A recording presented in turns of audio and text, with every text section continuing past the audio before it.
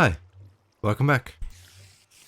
So in the last episodes, we developed this crusher system to get cave spiders down to a single punch with some logic gates and stuff. And like I said I would do, I started working on the looks of this place. I think this is starting to look fine. I really like the sand in here. I think that really does add a bit. But as you can see, it's not done at all yet. And that's mainly because I'm constantly running out of resources. Like, this is gonna be a storage area for the drops of these cave spiders, but I don't have enough wood to even make the chests or just complete this build. That's why, like you saw in the opening, I set up this enchanting table so I can actually start getting enchanted tools and get to collecting resources way faster. So our first enchant didn't get unfortunately, but that's okay, I'll get it eventually. And while I was working on it, I discovered something. That's instant mine with a pickaxe. I forgot about this feature, but now we don't need diamond axes anymore. To chop wood, I can... Look, it works on all types of blocks. To chop wood, I can use diamond shovels, enchanted with efficiency 4, to chop wood just as fast as a diamond axe with efficiency 4 wood. And that way I actually save a diamond each time. So next up is gonna be to get myself decked out with some enchanted tools. Maybe get fortune, especially get a diamond shovel enchanted so I can start collecting wood more efficiently. And yeah, I should get on that right now. Of course I wanted to test out the speed of this new pick, and to do that I went to the slime farm. Because this area will eventually have to be mined out and it's so much faster. Like, this is gonna speed up this whole process so much. And each pick, if enchanted with efficiency, with Unbreaking 3, will do about 6 to 8% of mining out this hole. So that means I don't need 50 pickaxes, but only like 16. So to give this new power a whirl, I decided to basically double the space and mine out another 3 layers of this farm. And I gotta say, it's amazing. It's not insta-mine with efficiency 5 and haste 2 like we have nowadays, but it's so much faster. This basically these 3 layers maybe took me a little over 15 minutes. What took me almost 2 hours previously with stone tools, so yeah. And sometimes even you get into this groove of feeding blocks into this thing just right that it's almost insta-mines. Yeah, it did take a decent chunk out of the durability, but this will be so much better.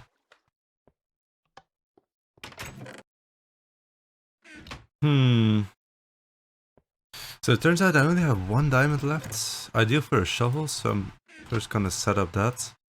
But yeah, after I get this shovel enchanted, I should really go and start up a branch mine somewhere to start getting some diamonds so I can get an excess amount of tools for these projects. So, back to XP grinding. Also, I forgot to mention in the beginning, but while I was decorating this area and kind of switching out blocks here, I noticed they don't really climb up anymore. So I don't know if it has to do with inconsistency in their behavior, because yesterday I figured out I have to stand kinda here for them to even try to move up. But I ended up making this 1 block higher, so they're closer to me and are more likely to start climbing. And I also added for now a switch here for once they start climbing, because they only climb after a certain number of spiders joins them. Oh. And I kinda have to time it, so once they start climbing and they go up, they hit that block. Yeah, it's not the perfect solution that I want, but it gets the job done sometimes. There we go. Yeah, this isn't perfect at all. Like, sometimes they climb up on their own, but most of the time they get stuck near the water and they shoot out a guy. That makes them unable to climb again. It's really weird and inconsistent, but I get it's done like that. I also added the access to the redstone, and it's really cool looking at these guys from here. Like right now they see me, so they kind of work against the water currents, and sometimes they get pushed back again. But it's really cool seeing them funnel from the spawners to there, to the spots that I want them to go. But yeah, sometimes they climb up and then they shoot the guy back in towards the stream, so I don't know why it happens now, because this hadn't happened before. It's really inconsistent. But I am able to kind of work up a crowd, so it still works. Maybe it gets fixed in later updates. There we go. And with these 44 levels, it should be enough for efficiency 4 in breaking 3. Let's see. Of course, go on shift click. And now I have to find... Oh, that was 43. That could have been... Yeah, it isn't guaranteed like nowadays to just be a max level. So I could actually get level 50 enchants with this. But the highest I've seen so far is level 47. So... There we go. Level 44. Of course.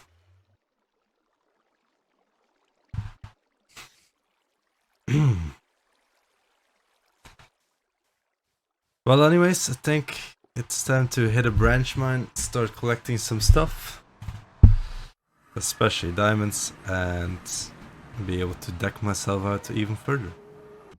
Alright, for now I just extended the staircase from the storage room down further. I'm probably gonna move this eventually and actually get like a really nice entrance to a... Oh god. To a branch mine of some sorts. I just realized this is bad. But yeah, for now this'll do. Huh. So a new trick popped up where diamond spawns 4 blocks away from lapis in 1.70. I wanted to check out if it happens in like the original version as well. So there used to be lapis here, so I go 4 blocks and then I should mine down and I should find diamonds. I don't think I'm gonna find diamonds. Yeah, I saw that like in a YouTube video not that long ago, and I wanted to see how long that was in the game for. If that's like a new feature from 1.17 or something entirely like really old. Yeah, it's not here, so debunked, at least for Minecraft 1.0. Well, back to mine. Aha! Finally some more. Oh.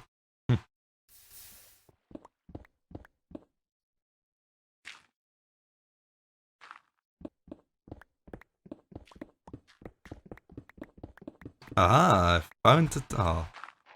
I found the trick to speed mining in Minecraft 1.0. Just need to time it right.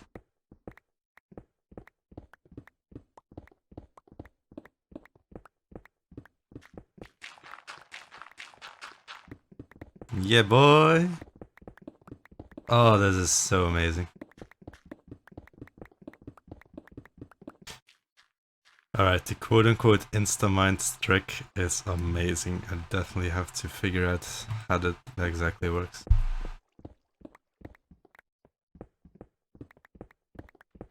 Aha! Ooh, actually a decent vein this time.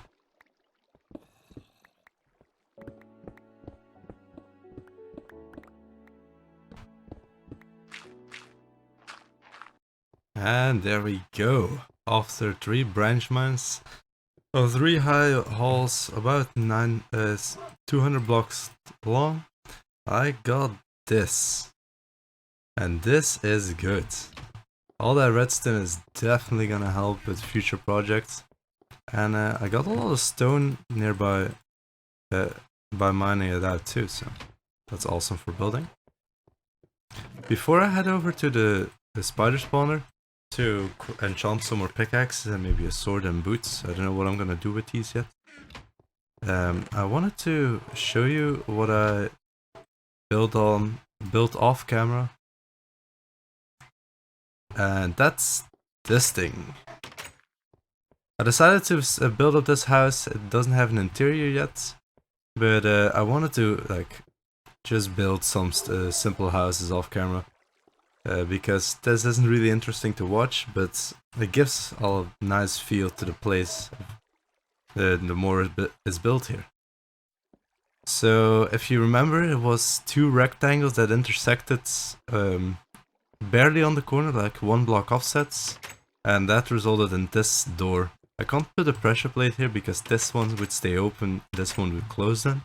It's really weird how that works. And the function I want to give to this house, so this is the upstairs, it has a little balcony that I can look over the wall into the forest onto once this wall is built. But the function that I want to give this house underground, so I already dug out a little room, is this is gonna connect to the redstone music block stuff that's gonna be surrounding this. Like this is gonna be the access point for all that redstone. While this will probably not connect to the main parts of this base like directly. So yeah, just want to show that off. I think it looks pretty decent. I was able to work with wool here, which I really like. Like I wanted to build a couple of houses with this because it's a different texture, different colors, and I think it turned out okay with the stone bricks there and then the wooden planks, especially the interior with the wooden planks done.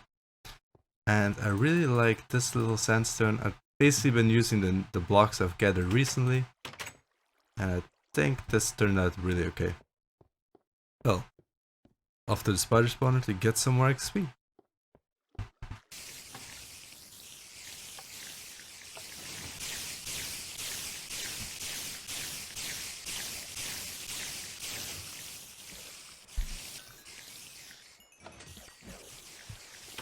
Yeah, that should be enough for an enchant.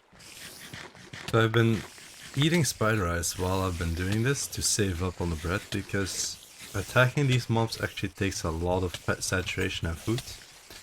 And because I'm getting so many spider eyes and I'm kinda in a safe area, I'm able to just eat those. So, second pickaxe, let's hope for fortune this time. That's a 40, a 46. Let's hope for a fortune. Oh my god. Oh, that sucks. Yeah, it took about an hour to get to that level, so this double case spider spawner is definitely not the fastest. I'll probably enchant another pick off camera and show it once I get fortune.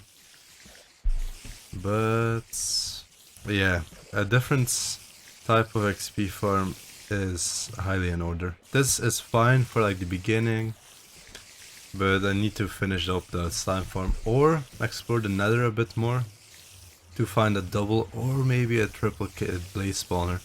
A double blaze spawner would definitely be way faster than this, plus would give me blaze rods. That's not to say that these drops aren't useful, because spider eyes are useful for potion brewing, and I've got a couple of stacks of wool already because of all the string I've been getting. So this is also very useful, but for XP I kinda want something faster. You know, this reminds me of the olden days on Xbox when enchanting just got introduced, like, because Xbox edition on 360 was a couple of versions behind, and you would save your game before you would enchant, and then if you didn't like the enchant, you could go to dashboard without saving your game and you could basically enchant again. I remember exploiting that kinda glitch so much, But sadly, not sadly, but simply I'm not gonna do that here because that wouldn't really be fair. Plus, that gives me an incentive to just build a bigger and better XP farm. So, because the majority of this episode has been around the spider farm and enchanting, I thought I'd do some building, or at least go through the progress I'm gonna do to build this wall. So I've decided on, again, the three main blocks being stone brick, cobblestone and normal stone. And I'm gonna start this wall by just going through the outline that I revised a second time just to make sure I like it. And stacking up, alternating these blocks in a random pattern. About 4, 5 or 6 blocks tall. I'm implementing a rule in this wall though that cobblestone can only go 4 or 5 blocks tall, stone bricks 5 or 6, and stone like 4, 5 or 6 blocks. That'll give it a little bit more character and a bit more sense. So I basically get started on one end. I also decided to make these towers square instead of round. Basically start on one end and I go up building. I might actually go for a 3, 4, 5 instead of a 4, 5, 6. Yeah.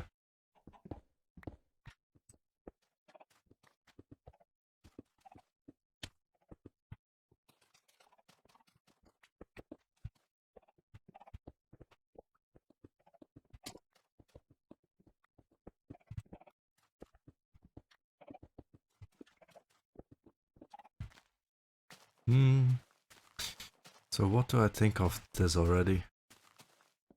I'm definitely gonna go over the segments later on and actually like tweak them a little bit so it's not just the straight old things.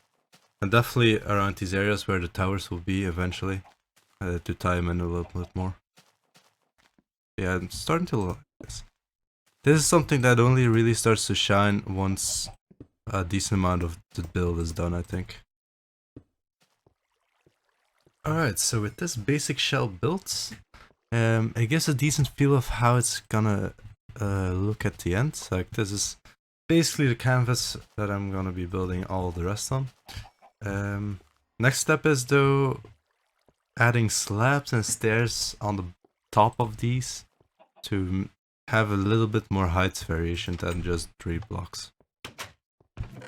Or technically 2.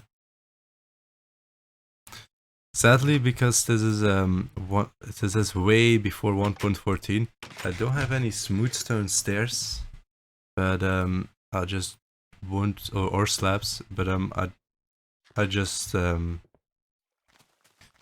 won't put anything on top of those. So,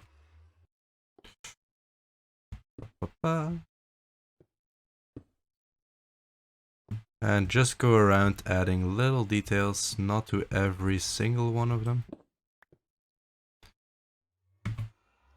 Just to add a little bit more depth.